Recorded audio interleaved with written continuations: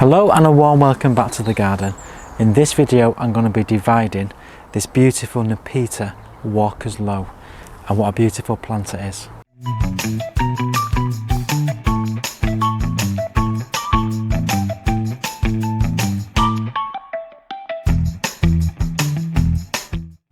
This Nepeta plant has been in various positions throughout the garden, and one of the cats, who is no longer living in this area, used to enjoy nibbling it and rolling around in it. And despite our best efforts, we just couldn't get it to grow and flower. So we placed it in a pot last year in the hope that we'll do something with it this year. Now that said cat has now moved with his family, so I'm going to give it another try. And it just so happens that a plant that we had here, a grass, has not survived the winter. It's past its best, so we do have a space. And we have this nice low growing pink geranium around this area, so we thought the lovely blue spires of the Nepeta would just be perfect.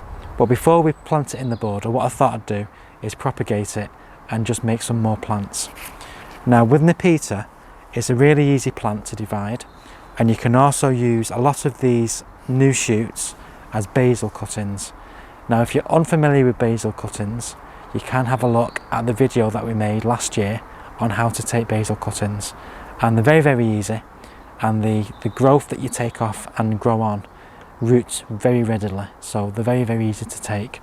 But I'm just going to try doing some divisions of this, so I'm looking for parts of the plant that have already got roots on it, so I can replant them straight away back into this border. So first I'm just going to take the plant out of its pot.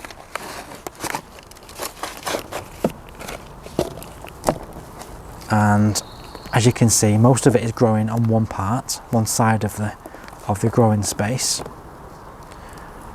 And what I'm going to do is, using my knife, I'm just going to try and cut this in two places to make 3 plants.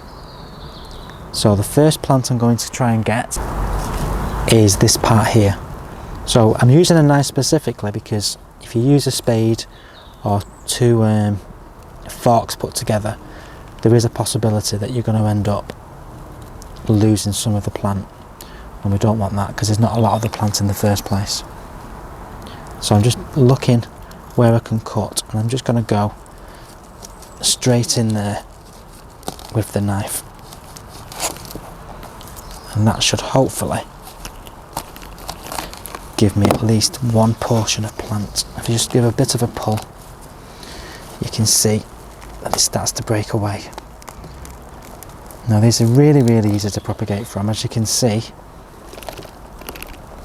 the way it grows is it produces all these stems, and it just grows alongside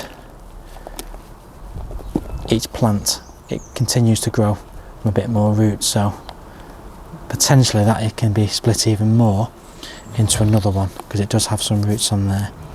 So I'm just going to make a little cut there as well. So that is one very small plant, but that is perfectly fine, that will grow away. And then I've got a much bigger plant I'm going to plant in the garden, which is that piece there. But I'm not going to stop there because I've still got this piece here, which I can try and make into 2. So I'm just going to try. If you just feel your way around, you can kind of see and feel where these natural places to cut are. And don't be afraid, because you're not going to harm the plant too much by doing this. So in this case, I can just literally feel that if I just use my hands, I can just literally pull these apart. And you can make lots and lots of plants by doing this.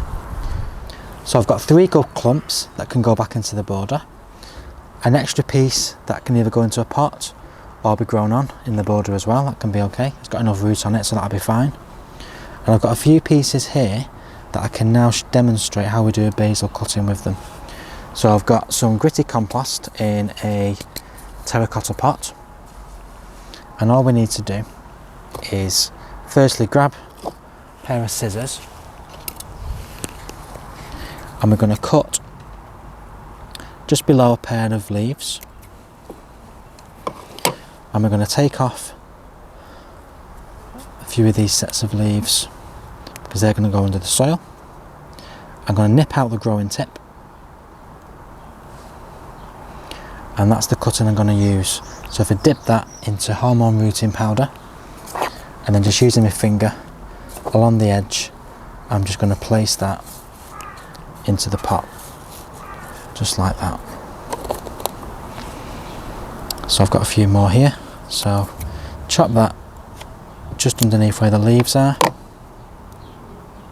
take those bottom leaves off, nip out the top, dab in hormone rooting powder, make a hole and place that in the side. So as you can see, this is really easy and nothing's wasted.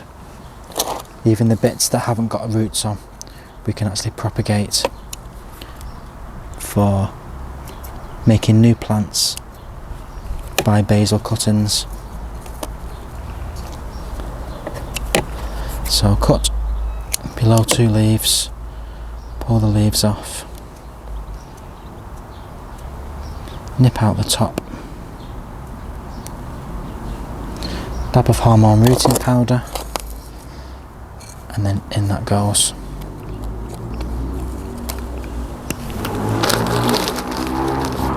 A little bit more compost just for the top.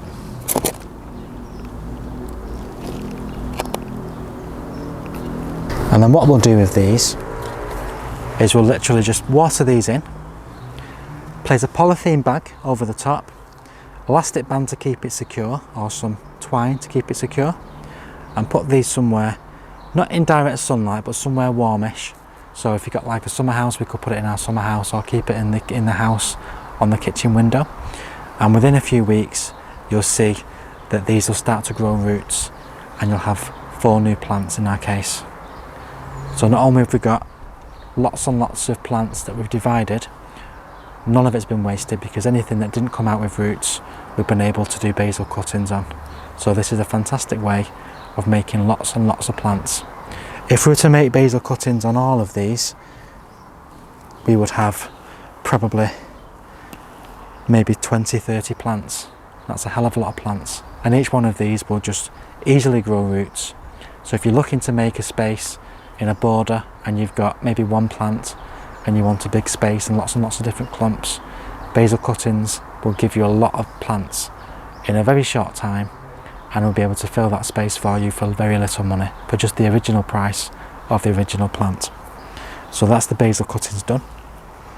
Now with regards to the actual plants themselves, so I've got 4 that have got roots on it, and I'm going to plant them in this little space here. So I'm going to plant 3 of them.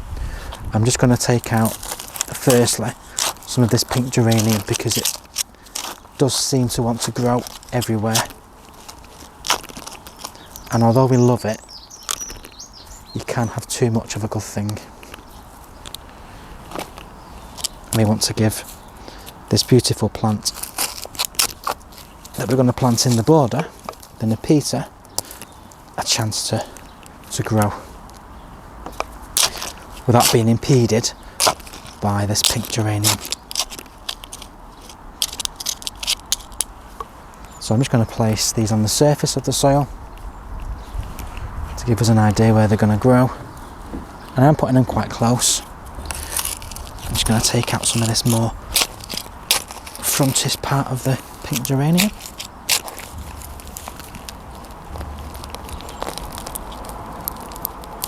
As it comes.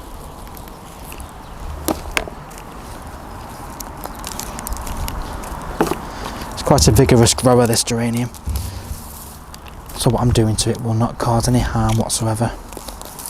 It just needs to be a bit thinned out every now and again to make sure it doesn't take over the whole border.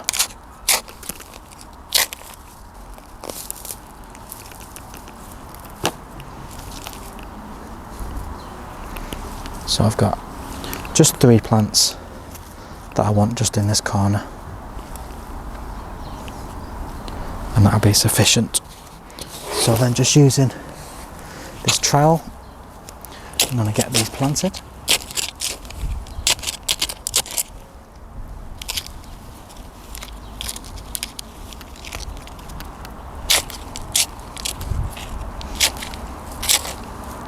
So this is a variety called Walker's Low.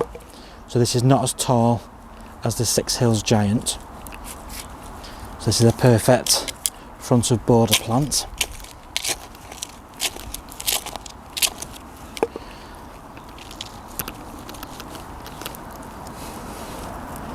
It has those lovely spires of pale blue, which the wildlife absolutely adore. You'll see lots and lots of bees looking around the garden trying to get the nectar from these, because they are such wonderful bee magnets. Then the next thing to do is give it a water. Any plant that you divide or move around the garden, remember to give it a really good water afterwards, because disturbing the roots like that is going to send it into a bit of a shock, and you want to make sure it's not going to be losing moisture. So a nice drink. And then finally, that we like to do with all our plants, is a mulch of compost, and that'll just lock in some of that moisture, suppress any weeds, and also give it a little bit of nourishment as well.